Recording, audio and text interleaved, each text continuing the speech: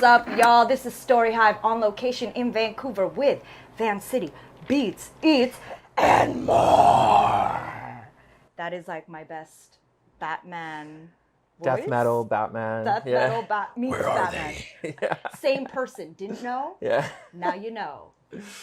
Today on the show, we have the one, the only, Jonny Tobin, a Grammy and Juno-nominated keys player and producer, holding it down on Canada's West Coast. From crafting music for artists like D Smoke and Sarah Kang to supporting local and global talent across genres, Jonny's all about community, collaboration, and deep musical connection. Whether he's headlining jazz festivals or landing syncs with Disney or Vogue, his sound embodies synth-funk grooves and jazzy abstract magic that feels like 90s video games collided with Blue Note classics. Y'all, make some noise for Jonny. I'm so happy that you're on the show. Yeah, it thanks means for having a lot, me. especially going into 94 episodes, building this archive of chatting with musicians, creatives, artists from Van City between 2023 to 2025. And, you know, we really love to go deep, especially from the beginning. Yeah. You know, what I know about you is that you started playing piano when you were 3. Yeah. That your mom is a classical pianist. Yep. That you went to jazz school at CapU, Yep. Capilano University. Yeah. And you've been working in the field of music professionally now for like a decade, which is incredible. Yeah. Technically longer. Like my first paid gig, I was 13 years old. Yeah. It was at a palliative care center. So I didn't really even grasp the weight of that when I was 13. I think I was on Craigslist looking for gigs. At 13? Yeah. So I had a jazz trio and like funk and stuff. And I was the main person hustling that and getting gigs. And so, yeah, I would use any means necessary. Facebook had just popped up at that time. This is your Virgo energy. Right. Exactly. Yep. And so, I don't know. I found this gig and it was like a barbecue year end for the volunteers. I think we got paid like $50 each or something. And barbecue. And food. Yeah. Hot dogs, hamburgers, all that. So yeah, I mean, at that time, just to make money, getting paid to play music, I was really stoked. So, but yeah, full time since, probably 2014, 2015. So yeah. I think that's incredible that you started playing at 3. Like, do you even have the dexterity with your hands yet at that age? No, I was just kind of doing this on the keys. Yeah, we had like a bunch of old computer games, and I feel like that was the first memory of just learning the music from that by ear. And it would be very simple melodies, and like it, because those games were so old, it was like 3 sounds at once happening. So it was just really clear, distinct melodies. So I could easily just like do this as a 3-year-old on the piano, learning stuff. Yeah, so that's kind of, I've always played by ear a lot. I can read music obviously, but from like the first memory I have is really just doing stuff by ear. Do you think that's a hereditary thing that came from your mom? Because like, you know, growing up in the Filipino Baptist church that I grew up in, you know, that's where music was really instilled in me. And we all had to like choose what role you were going to play in the church band. So I sang and I played the tambourine, but other people went with what they gravitated towards. And there were a few people who like, they could hear something and play it by ear. And I just feel like you had to be born with it. Maybe. I don't know if you have to be born with it, but I definitely think it's an advantage. Yeah, it can be. I think just immersing yourself in it is kind of like, for me, that's when I got into, you know, R&B and jazz and gospel and everything. To me, all that music comes from the same source. A lot of, pretty much 99% of the music we all love is from Black American culture. And so to me, I kind of group it all within that. I think some people are like, you know, oh, jazz is this a thing, but you know, for me, it's all from one source. Yes. So for me, I think the biggest thing through my whole life is just immersing myself in it. And like, my mom would get CDs from the library, like Duke Ellington and Herbie Hancock and Frank Sinatra, and just so I was growing up on all that from a young age, and I think listening to that really is just how I was able to absorb. And so I think people don't actually have to be born with something to play by ear. I think you can train that just through like tons and tons of listening and like hearing patterns and like the sound waves and stuff. But yeah, I also grew up in the church as well. My mom was like heavy Baptist vibes. So oh, what? Yeah, so yeah. So I'm like I'm still spiritual. I'm not super religious these days, but yeah, that was also a good chance to just play. Like I think I was playing in church when I was like 10 or 9 or, you know, like doing full services at a pretty young age. So I think getting to do that, that's probably the easiest way to start growing up. It wasn't necessarily doing gospel music. Like it was more of like the like Hillsong white types, you know what I mean? Yeah. But it was still valuable for me to get to play in church so young, right? Yeah, it instilled a lot of community vibes, I felt, for me personally. Did your mom ever force like music on you, or your parents ever force that on you, or was it something that they saw you naturally want to do and then music wasn't forced on me, religion was forced on me. That's a whole other time. Yeah. But music, my mom taught me growing up piano until I was probably 12 or 13. And then we would fight a lot with, like, I think it can be hard having a relative or a parent kind of teach lessons to you. So there was friction there after a while. And so I kind of just went off and did my own thing. And so I was kind of self-taught for quite a while. She taught me the classical and the foundations, but as far as all the jazz and gospel and hip hop stuff that I currently do, a lot of that I started out just by teaching myself. Yeah. And then I did a few years of lessons like within music school. But yeah, my mom and I didn't really see eye to eye musically, but she was okay with me not taking lessons from her permanently. Like I'm grateful that at least she wasn't like, I think some people push it too hard and then the kid will quit. And it's like, yeah, see? Quick sidebar. What did you think of that? Ooh, that's good. It's homemade? No. What is that?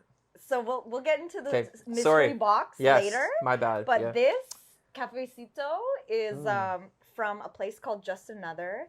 Ooh. And this is a smoked rosemary maple latte with oat milk. And they charred the rosemary. Wow. Made their own syrup with it. And then added a bit of maple. Ooh. And I've been obsessed with it. Like, you would never catch me spending $6 on a latte. But I think this is like good for the soul. I have been there so many times in this past week. It's nuts. That's really good. When did you first get introduced to jazz, funk, soul, hip hop? Do you remember? Yeah, so it started out like my mom would get CDs from the library, like Herbie Hancock, Duke Ellington, all that kind of stuff. Thelonious Monk and John Coltrane, that record. I actually have a tattoo of it, the cover of it on me, because that's how influential it was on my thigh here. Of which artist that you're mentioning? Thelonious Monk, John Coltrane. So there's a record, and it has very kind of line art, cool, iconic cover. So yeah, I would say probably around age 10 or 11, maybe a bit younger. And then from there, I started just, those of us who remember like the LimeWire days and, Napster. all that. Napster, all that, Sherry Azza, all that stuff, torrents. Torrents downloading. So yeah, I was doing that. Sorry, I know I broke a lot of laws with Everyone was doing it back then.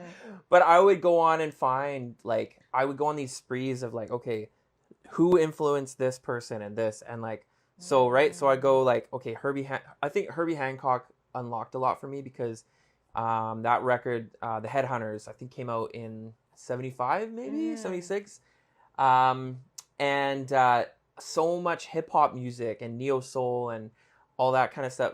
He literally has a song on that record called Sly, a tribute to Sly Stone, Sly and the Family Stone. So I think just from that record and that era, I kind of expanded a lot. So then I kind of got into D'Angelo, Erykah Badu, Music Soul Child. And then more modern artists like Robert Glasper, I think, kind of took all that and fused that all together. Yes. Kind of doing what Herbie was doing, but bringing in a little more modern sound of hip hop.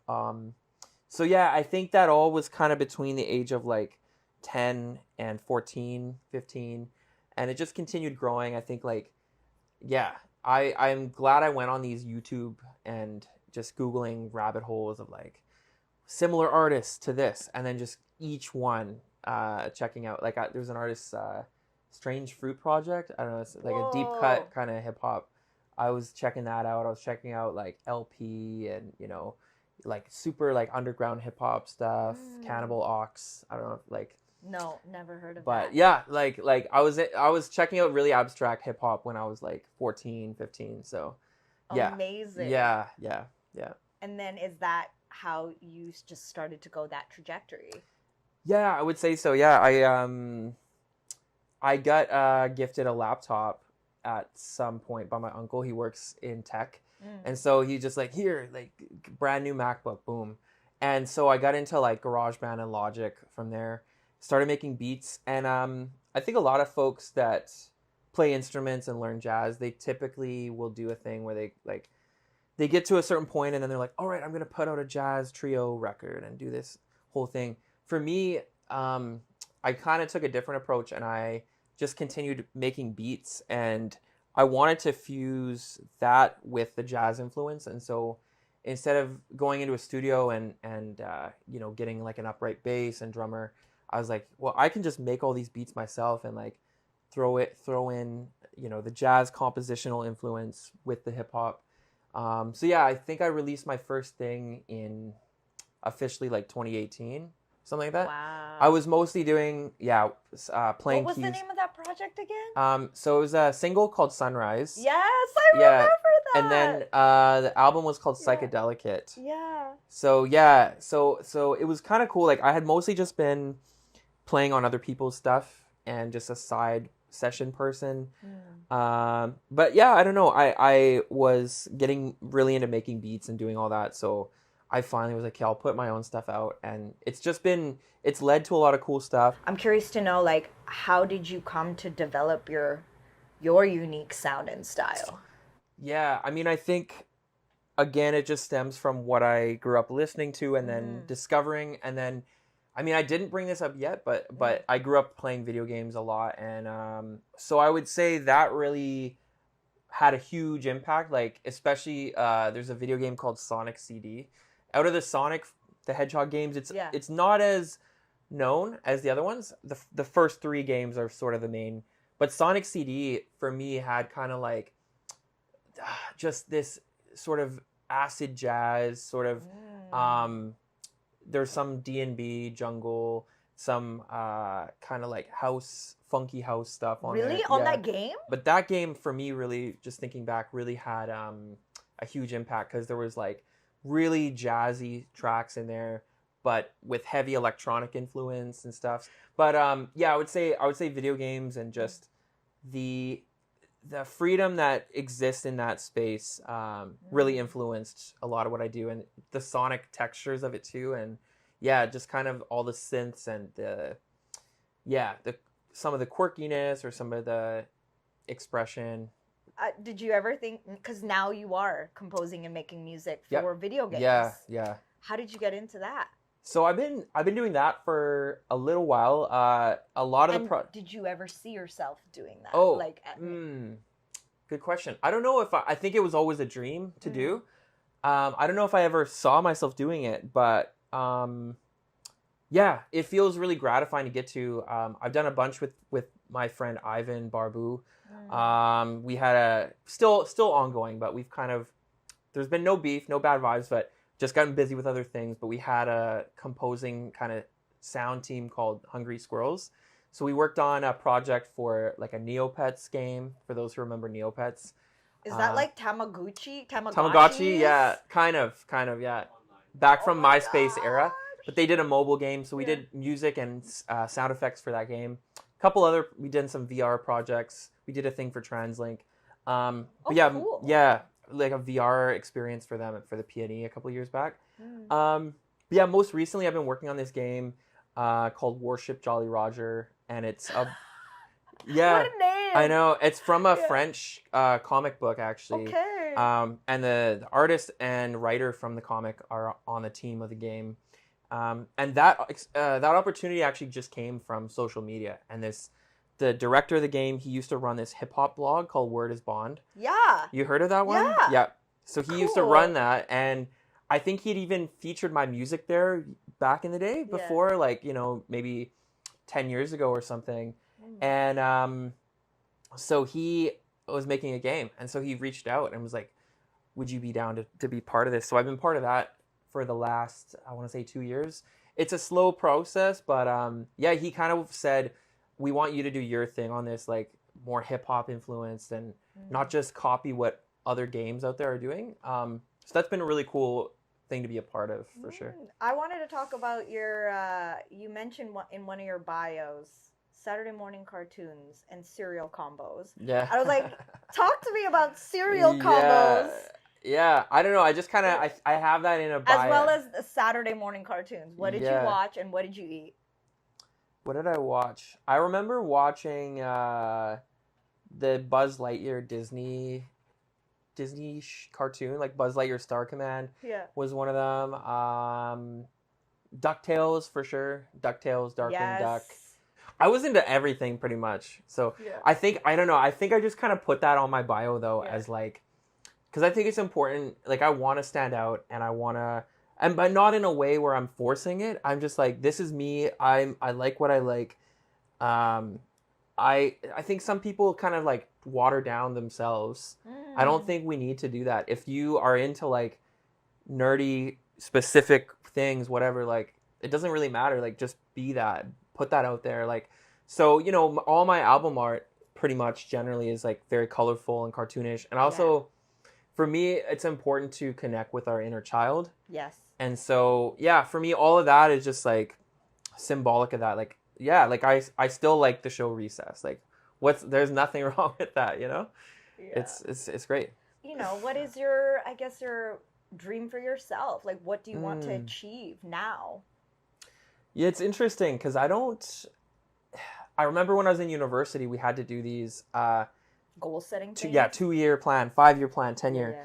And I looked back on it a couple years ago, and I was like, dang, like, I've already done pretty much everything from the 10-year plan. I had already done it within like less than that, like probably 4 years. Shout out what those things were.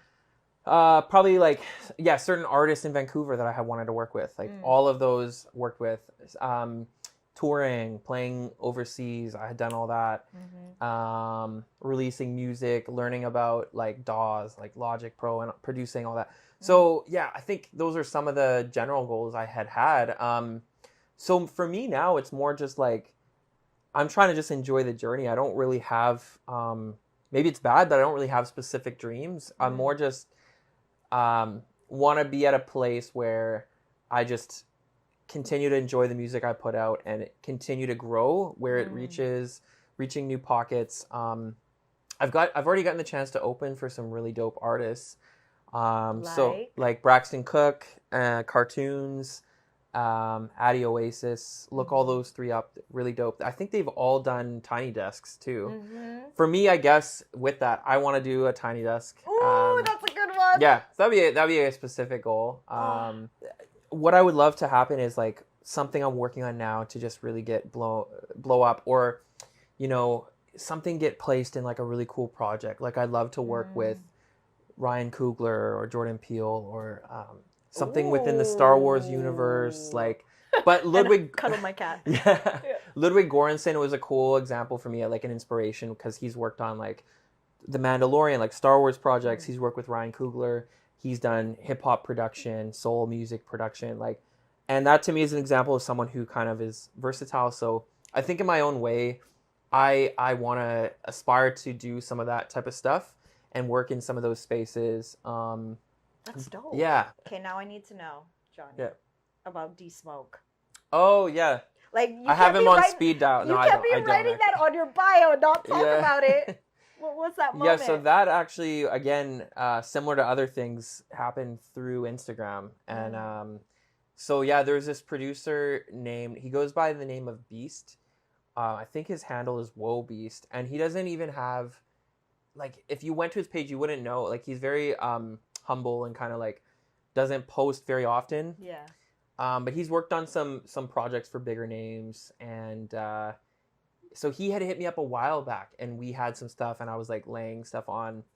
We were kind of like co-producing stuff, and then this was way back, like probably 2015, and he said, "Oh, I have this track for this artist named D Smoke," and like I was like, 10 years ago. I was like, I have no idea who D Smoke is, but whatever. Like, I like working with this guy. He's in the UK, and I loved his vibe. So I was like, okay, I'll work on this thing with you. And he was, we got the track back with the vocals on it, and I was like, cool, it's great. I love what he did. Really great MC, and again, no idea who he was. I think this was probably 2016 at this point. Yeah. And then Rhythm and Flow happened, and then he won that show. Yes. And I was like, oh shoot, this is the same guy. And the track still hadn't come out. So I was like, okay, it's probably never coming out. He's gonna drop everyone he's currently working with. Yeah. But then as soon as he wins, he drops this EP. And then the track wasn't on the EP. So I was like, okay, it's probably not happening. Then he drops a full album, and the track is on there. Which track was it? It's called Like My Daddy, and it's on the album Black Habits. Okay. Which got nominated for a Grammy. Yes. It lost to Nas. But yeah. So yeah, I was part of that project, and yeah, it would have been cool to like directly work in the room. Still would love for that one day. But yeah, just to be able to say I was part of this, and yeah, got the certificate and everything, you know. Yo, that's tight. Certificate of nomination. Yeah, so if you, even if you don't get the Grammy, you can still, if you can verify that you were part of this thing, you can apply to receive the certificate. So they give this out like, it's like a participation trophy, but I think it's still dope. Like, of course. So it's a Grammy. So I got that hanging up in my office, and yeah, it was just kind of crazy because you realize, like, working on that bigger scale, how much red tape there is. Like, there was probably like 10 emails from 10 different lawyers and like assistants and stuff, and like he's pretty big, but like compared to like Kendrick or something, like those guys are massive, but even still, he had such a big team. So I was like, whoa, this is just how this operates in this world. And there's a lot of the stuff with the royalties of it all and stuff is very interesting. But yeah, I'm grateful for the experience, and it's just really cool to be able to say I was part of this. And you know, sometimes you work on music that you're not necessarily a fan of, but you do it just because it's work. But this, I'm actually like a fan of him as an artist. So to be able to say I played a part in what he's doing is really dope. Yeah. Did you watch the whole season or that whole season? I did, yeah. Yes. There was some other really cool, like Ray Khalil was another one that stood out. How about season 2? Did you watch that? You know what? I haven't yet. It's so good. Yeah. Okay. And it was like controversial about who ended up winning. Oh, okay. Because it was J-Taj and oh my god, I'm so bad. Trey TL. Okay, I haven't heard of it. Yeah, because he's from Atlanta. So okay. TL. Yeah. And he ended up winning, the guy from Atlanta. Oh, okay. And I think, you know, like in the end, it was like J-Taj is also from LA, from California, Santa Ana or something like this. Okay, yeah. And so I'm like, you can't have two West Coast cats winning for hip hop back to back. Yeah. And also, Dre TL is really dope because he's repping Atlanta sound. Yeah. You know, and that it's so different. Yes. It's good to represent the different components too, right? Like, you can't just have all East Coast or all West Coast. Exactly. You know, the South has something to say, right? Oh my gosh. And the South has such flavor. Yeah. Like, if you're removed from it, it's hard to understand. Yeah. But like, from, you know, the street dancers that I've met who are from there, it's like, even from the way that they dance, I feel like they have a closer connection to the music in terms of like the communities mixing, you know? You know what? I felt like that I went to Nashville in 2018, I think, or 2017. and I had some friends out there that I stayed with, so that was one of the main reasons. It was just easy to go.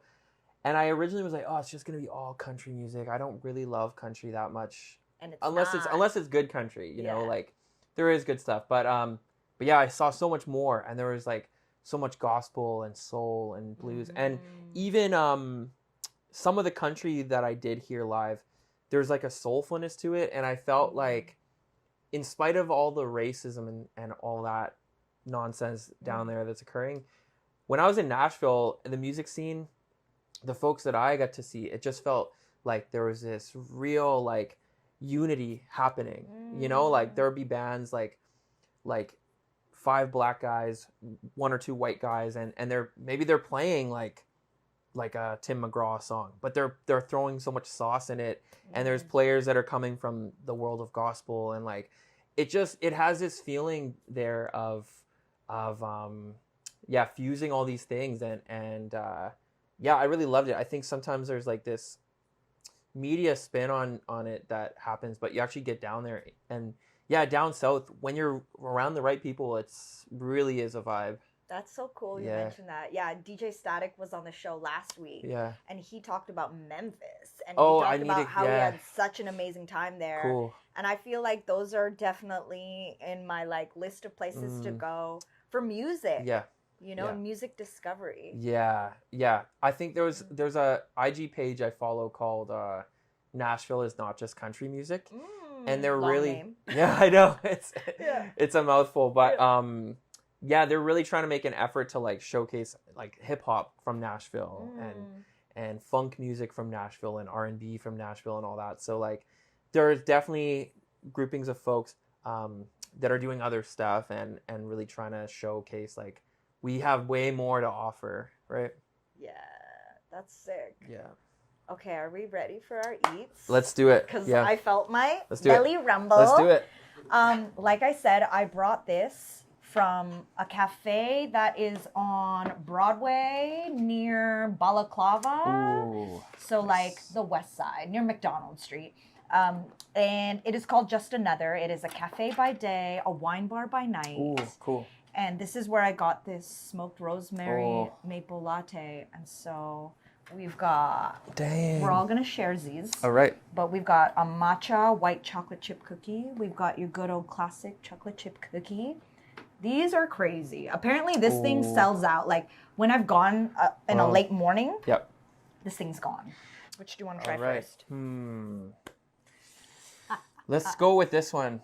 Okay, so this is peanut butter. Oh, that's the pineapple. Oh, that is. Okay. Yeah. Let's do this pineapple one then. Let's do the pineapple All right. one. Cheers. Cheers. Salud.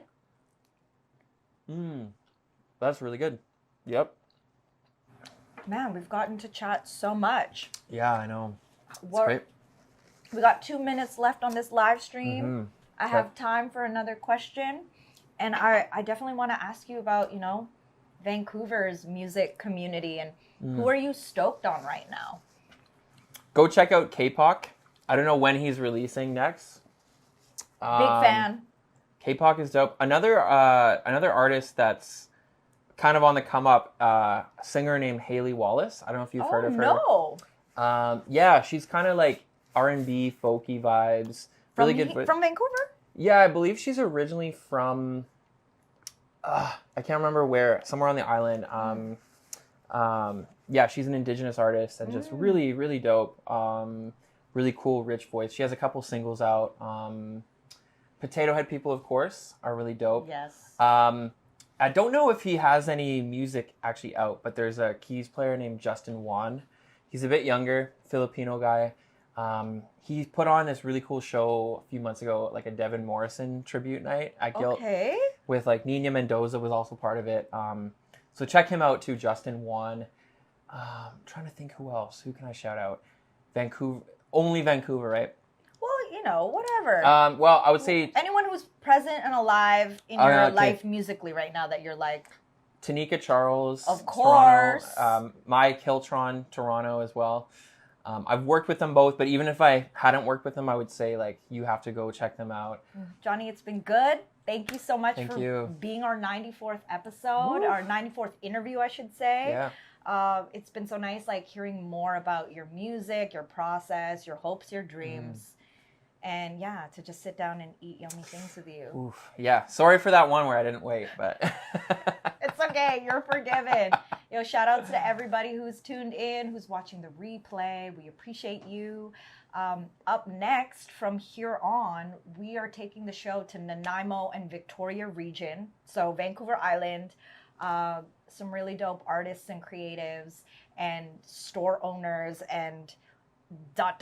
question mark. You will have to wait to find out. But yeah, my name is Kazi. This is Jonny Tobin. Let the peoples know where they can find you. Instagram, Jonny Tobin Music. TikTok, Jonny Tobin Music. YouTube, Jonny Tobin Music. Subscribe to my channels. Do all the things.